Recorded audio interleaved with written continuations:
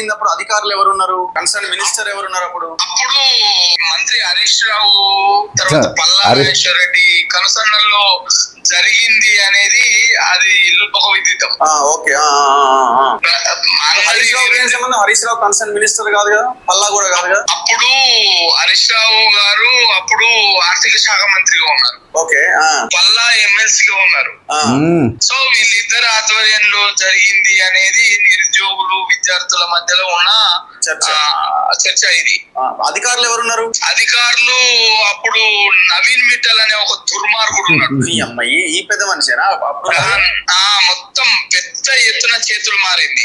మరి కొత్త ప్రభుత్వం అప్పటికే నేను సిఐడికి కొంతమందిని అయితే ఇది మామూలుగా బిఆర్ఎస్ అనేది చాలా మంది పార్టీ ఏమో చేసిందని రాష్ట్రాన్ని ఇల్లు వీకి పందిరేసిరాలు. సన్నాసులకు కొంతమంది మెంటల్ గాలకి చెప్తే అర్థం కాదు. ఇల్లు వీకి పందిరి భారతదేశ చరిత్రలో కనీసం ఒక్క కాదు 50 లక్షల ఎకరాల ప్రభుత్వ భూమి అంటే ప్రభుత్వంలో ఉండి ఆంధ్ర వాళ్ళ అడ్డగోలుగా దోసుకున్న భూములు ఉన్నాయి తెలంగాణ రాష్ట్రంలో. రాష్ట్రం తెలంగాణ రాగానే నిలువు దోపిడీ చేసి కేసీఆర్ ఎట్లా భారతదేశానికి ప్రధాని కావడానికి ఒక్క ఎంపీకి 543 మంది ఎంపీలు దేశంలో ఉంటే ఒక్కొక్క ఎంపీకి 200 కోట్లు పెడతా ఎట్లా అన్నాడు? అంత డబ్బు ఎట్లొచ్చింది? ఎందుకన్నాము మేము బీఆర్ఎస్ ఎందుకు పెడతాం? చీఫ్ సెక్రటరీ అంటే ప్రజల కోసం పనిచేయాల్సినోడు ఉద్యోగాలు లేకుండా భూములకు ఎగబడి దొంగ జీవులు తెస్తూ కలెక్టర్లు రాత్రిలా కలెక్టర్ ఆఫీసులో ఉండి తెల్లందాకా ప్రోబిట్ల భూములు పెట్టుకుంటా అడ్డగోలుగా సత్యనాథ్ చేసిరు కాబట్టి మేము మాట్లాడిన వాళ్ళం. ఇలా రాత్రికి రాత్రి 700 మందిని 10 లక్షలు ఫస్ట్ 10 లక్షలు 5 లక్షలు తర్వాత 5 లక్షలు 10 లక్షలు తీసుకొని ఇలా ఎన్ని 700 కోట్లు ఒక రాత్రి చేతులు మారినాయంటే